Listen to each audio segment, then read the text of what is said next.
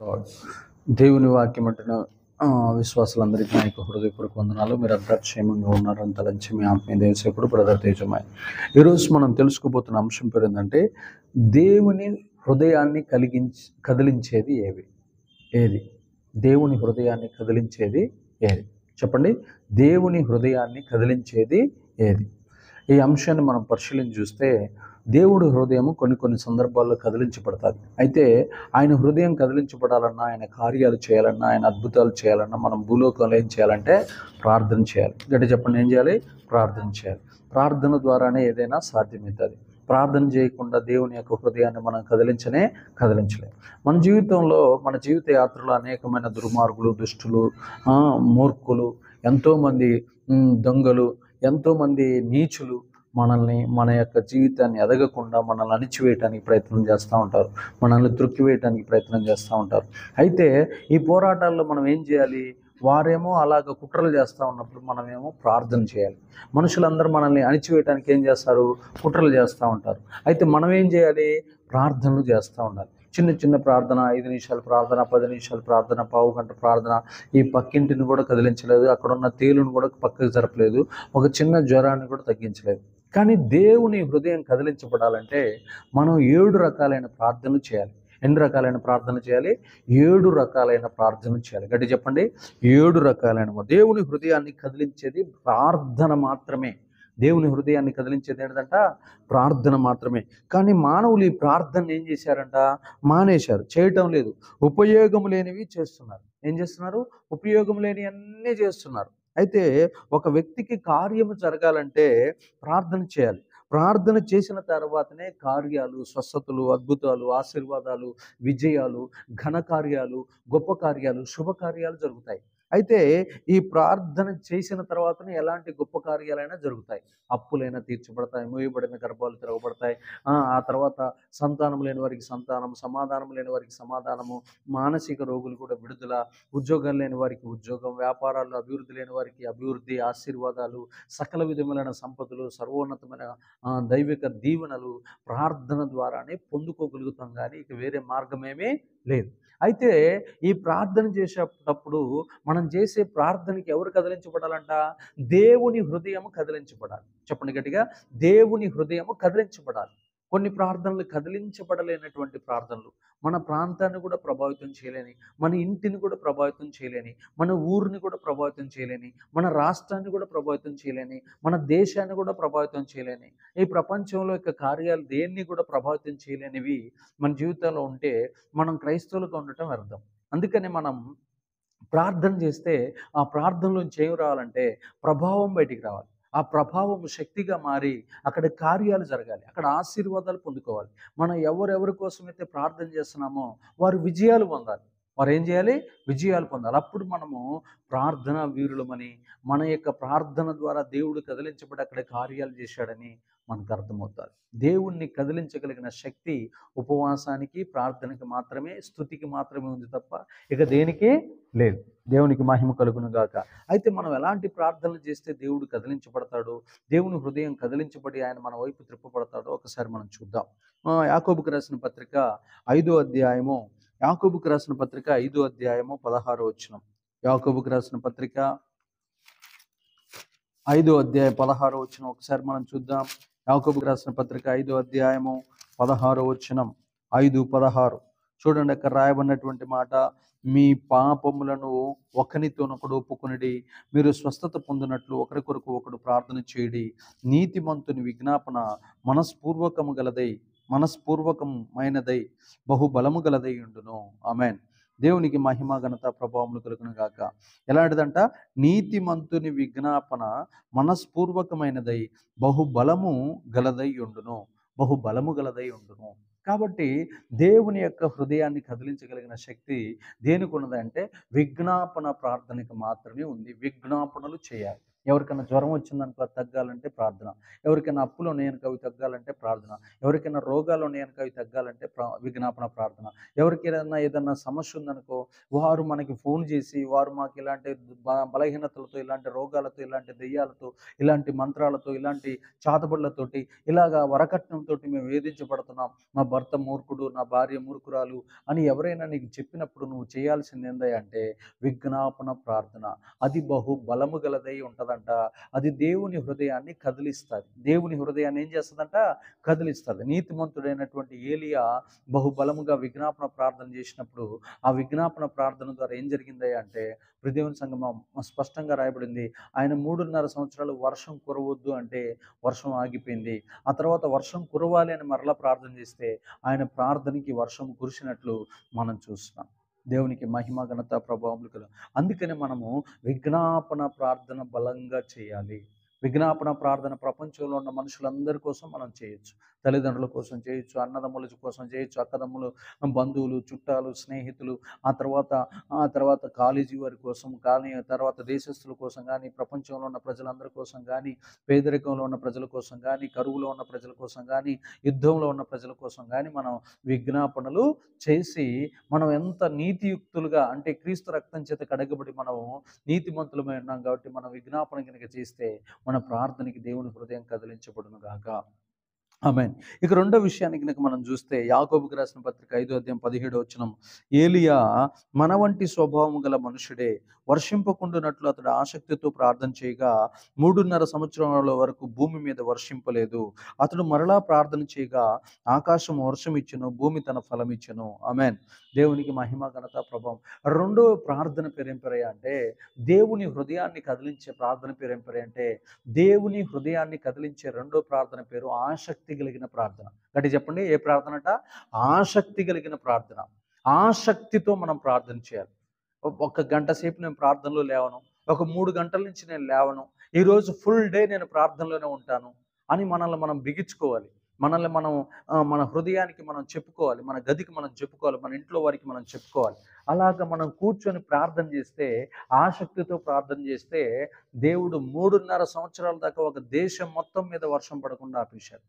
అలాగనే మళ్ళీ ఆయన ఆసక్తితో మళ్ళాంటి మనస్తత్వం కలిగినటువంటి మనిషి అయిన ఏలియా మళ్ళీ ప్రార్థన చేస్తే 3.5 సంవత్సరాల తర్వాత వర్షం పడ్డది. వర్షం పడ్డ తర్వాత దేశమంతా ఫలభరితమైన పంటలు పండిన తర్వాత ఫలాలు కూడా వారు తిని భుజించి తిని భుజించినట్లు వారు సంతోషించినట్లు కూడా మనం అదే వచనంలో చూస్తున్నాం. దేవునికి మహిమ ఘనత ప్రభావములుగా ఆసక్తితో ప్రార్థన చేయాలి. గట్టి చెప్పండి, ఆసక్తితో. ఎవరో చేయమన్నారని, ఎవరు తిడుతున్నారని, ఎవరో నెడుతున్నారని కాదు, మనంతట మనమే ప్రార్థనలు కూర్చోవాలి. దానిని ఏమంటారు తెలుసా? ఆసక్తి. దానిని ఏమంటారు తెలుసా?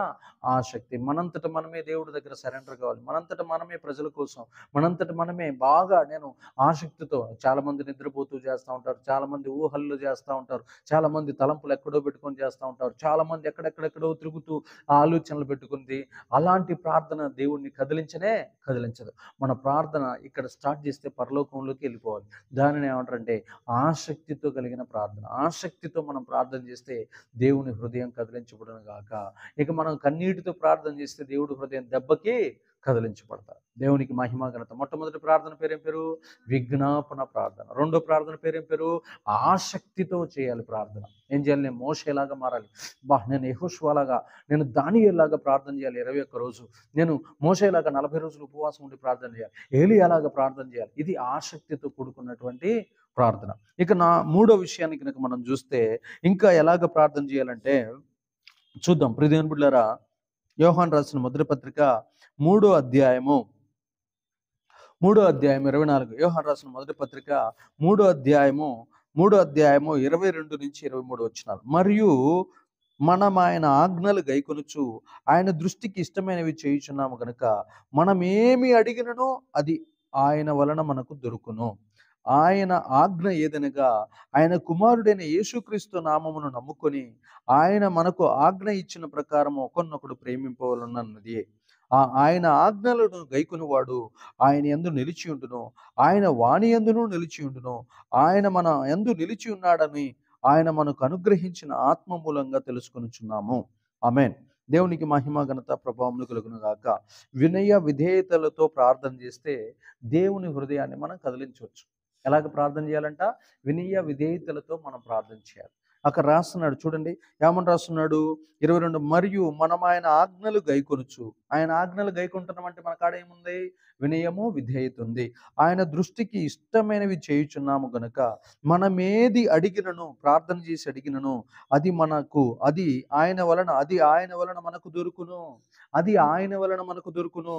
అదే ఆయన ఆజ్ఞ ఏదనగా, ఆయన కుమారుడైన యేసుక్రీస్తు నామమును నమ్ముకొని ఆయన మనకు ఆజ్ఞ ఇచ్చిన ప్రకారము ఒకరినొకడు ప్రేమింపవలననున్నదియే.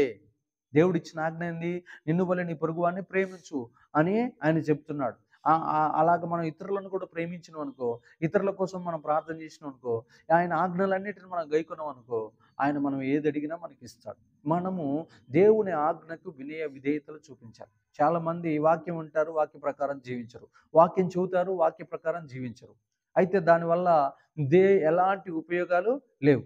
దేవుడు పరలోకం నుంచి ఆయన హృదయం కదిలించబడి మనం చేసిన ప్రార్థనలకు జవాబులు రాకపోవటానికి కారణం ఏంటంటే, మనం వినయ విధేయతలతో ఆయన వాక్యాన్ని, ఆయన ఆజ్ఞలు పాటించకుండా మనం ఎంత ప్రార్థన చేసినా దానివల్ల ఉపయోగము లేదు. ప్రభువా, నేను శుక్రవారం ఉపవాసం ఉంటా, ఆదివారం మందిరంలో ఉంటాను, ప్రతిరోజు సువార్తకి వెళ్తాను, ప్రతి నిత్యము ఉదయం సాయంకాలం ప్రార్థన చేస్తాను, నీ ఆజ్ఞలన్నీ పాటిస్తున్నాను, దశంభాగం ఇస్తున్నాను, పొరుగు వారితోటి ప్రేమతో ఉంటున్నాను, ఇరుగు పొరుగు వారితో ప్రేమతో ఉంటున్నారు, అందరికీ ప్రేమించి వారికి సువార్త ప్రకటిస్తున్నానని మనం వినయ విధేయతలతో కనుక మనం ప్రార్థన చేస్తే ఆ ప్రార్థన దేవుడి యొక్క హృదయాన్ని కదిలించును గాక.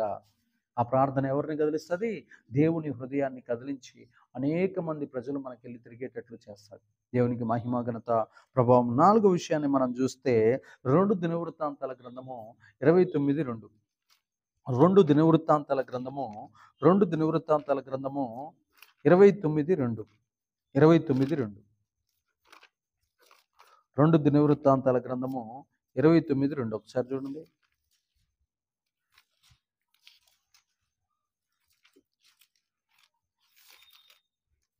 అక్కడ రాయబడిన మాటలు మనం పరిశీలిద్దాం. 29:2. అతడు తన పితరుడకు దావీదు చర్య అంతటి ప్రకారము యెహోవా దృష్టికి యథార్థంగా ప్రవర్తించెను. ఆమేన్. దేవునికి మహిమ ఘనత ప్రభావములు కలుగును గాక. ఇక్కడ మనం చేయాల్సిన ప్రార్థన ఏంటంట? యథార్థతతో కూడుకున్నటువంటి ప్రార్థన చేయాలి. చెప్పండి, ఎలాంటి ప్రార్థన చేయాలంట? యథార్థతతో కూడుకున్నటువంటి ప్రార్థన మనము చేయాలి. ఈ యథార్థతతో కూడుకున్నటువంటి ప్రార్థన మనం ఎప్పుడైతే చేస్తామో, హిజ్కియా లాగా యెహోవా దృష్టికి మనం ఏం చేయాలంట? యథార్థతతో కూడుకున్నటువంటి ప్రార్థన చేయాలి. హిజ్కియా యథార్థవంతుడిగా జీవించాడు కాబట్టి అతని దగ్గరికి మరణం వచ్చింది. యెషయా ప్రవక్త వచ్చయ్యా, నువ్వు 3 రోజుల్లో చనిపోతావంటే యథార్థవంతుడైన హిజ్కియా గోడ కానుకొని కన్నీరు గార్చినప్పుడు 15 సంవత్సరాల ఆయుష్ అతనికి అనుగ్రహించబడింది. ఆయన యథార్థవంతుడు కాబట్టి ఆ యథార్థతను బట్టి దేవుడి హృదయం కదిలించబడి యథార్థవంతుడి కన్నీరు కార్చగా దేవుడు చూసి అతనికి మరలా తిరిగి 15 సంవత్సరాల ఆయుష్ ఇచ్చినట్లు మనం బైబిల్లో చూస్తున్నాం. హిజ్కియా ప్రార్థన అంగీకరించబడింది. ఎందుకంటే దేవుడు కదిలించబడ్డాడు. దేవుడే చెప్పాడు యెషయాకి 3 రోజుల్లో హిజ్కియా చచ్చిపోతాడని. మళ్ళీ 3 రోజుల తర్వాత 3 రోజుల్లో చనిపోతామని అక్కడ చెప్పాడా? చెప్పిన తర్వాత మళ్ళీ యెషయా ప్రవక్త 7వ గవిని దాటక మునిపే మళ్ళీ యెషయా ప్రవక్తతో చెబుతున్నాడు, ఇదిగో నేను 15 సంవత్సరాల ఆయుష్ ఇచ్చాను, అతనికి పోయి చెప్పపో, అతడు యథార్థవంతుడిగా భూలోకంలో జీవిస్తున్నాడు కాబట్టి నేను అతన్ని భూమి మీద నుంచి తీసివేయను, అతనికి నేను ఆయుష్ ఇస్తున్నాను, అతని దగ్గరికి మరణదూత రాకుండా నేను అడ్డగిస్తాను అని చెబుతున్నాడు. అందుకని మనం ఎలా బ్రతికి మనం ప్రార్థన చేయాలంటే, యథార్థవంతులుగా జీవిస్తూ మనం ప్రార్థన చేస్తే మన ప్రార్థన దేవుడు ఖచ్చితంగా వింటాడు. అది దేవుని హృదయాన్ని తప్పనిసరిగా కదిలిస్తారు. దేవునికి మహిమ ఘనత ప్రభావములు కలుగును గాక. ఇంకా తర్వాత మనం చూస్తే యెషయా గ్రంథం 26:16. యెషయా గ్రంథం 26:16 చూడండి. యెషయా గ్రంథము 26:16. యెషయా గ్రంథము 26:16. 26:16. యెషయా గ్రంథం 26:16 ఒకసారి చూద్దాం. యెహోవా, శ్రమలో వారు నిన్ను తలంచుకునిరి, నీ శిక్ష వారి మీద పడినందున వారు విశేషముగా దీన ప్రార్థనలు చేసిరి. ఆమేన్. యెహోవా, శ్రమలో వారు నిన్ను తలంచుకునిరి, నీ శిక్ష వారి మీద పడినందున వారు విశేషముగా దీన ప్రార్థనలు చేసిరి.